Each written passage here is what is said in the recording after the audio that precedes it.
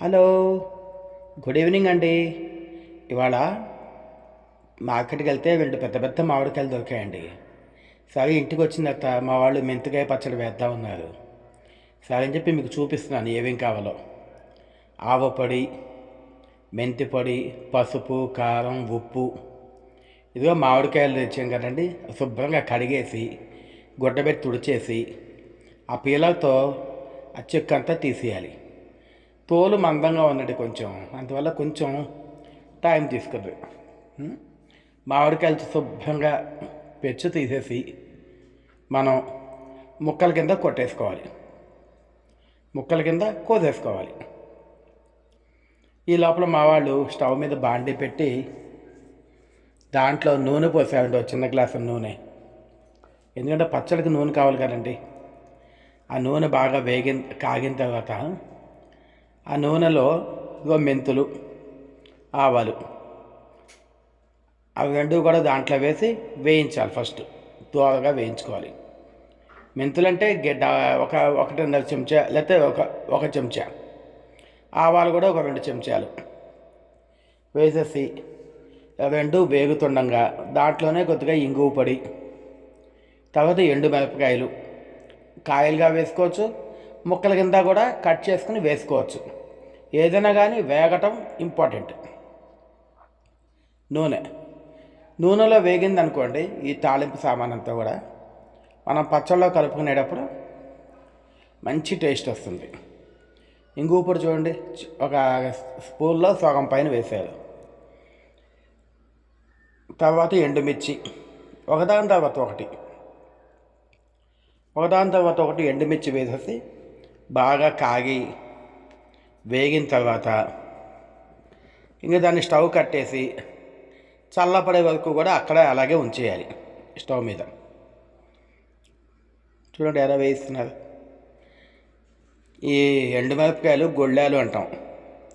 ఈ లోపల నేను మామిడికాయలన్నీ కూడా చక్కగాను ముక్కల కింద కోసేసి మనం మాగాయ ముక్కలు కోసుకున్నట్టుగానే పెద్ద ముక్క, చిన్న ముక్క, మధ్య ముక్క అలాగా ముక్కల కింద కోసేసుకుని మొత్తం నేను చూడండి పళ్ళంలో కోసి పెట్టాను.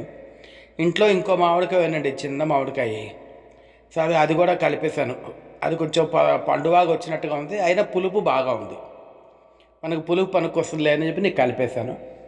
ఏమో 2 పెద్ద కాయలు, అదమో చిన్న మామిడికాయ, మొత్తం 3 కాయలు అయింది.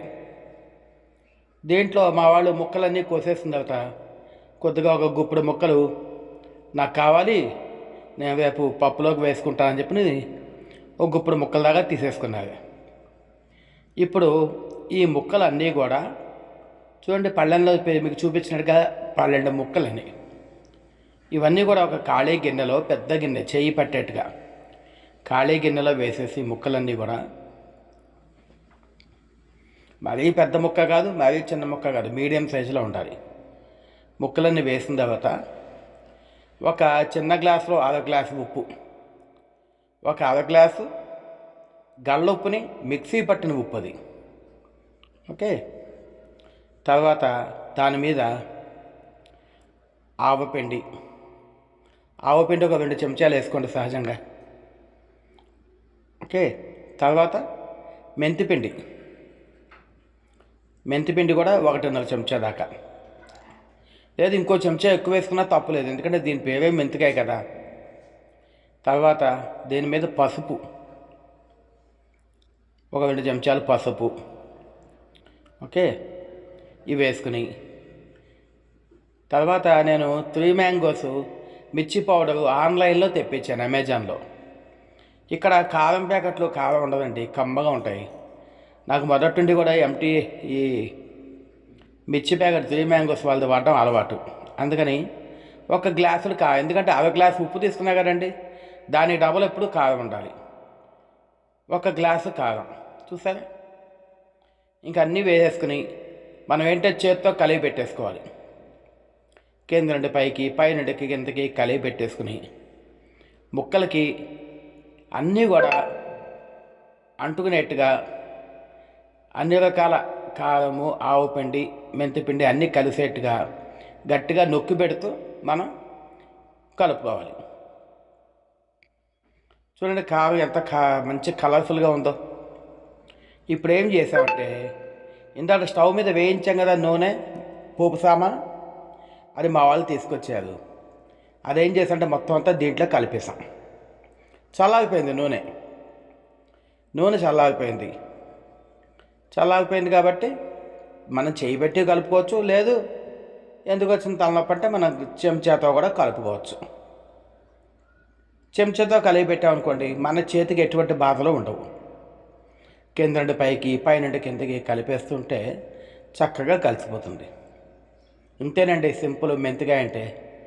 ఈ పచ్చడంతా అయిపోయిన తర్వాత సీసాలోకి ఎత్తేసుకుని మళ్ళీ 1 రోజు 2 రోజులు అయిన తర్వాత మళ్ళీ ఉప్పు సరిపోయిందో లేదో చెక్ చేసుకోవాలి. సహజంగా సరిపోతుంది ఏమండి. ఇదంతా ఎత్తేసిన తర్వాత వీలైతే ఒక అన్నం కనుక మీ దగ్గర ఉంటే ఆ గిన్నెలో కొద్దిగా పచ్చడి ఉంచి అన్నం వేసుకుని నెయ్యి వేసుకుని ఓ పట్టు పట్టండి. ఓకే, ధన్యవాదములు.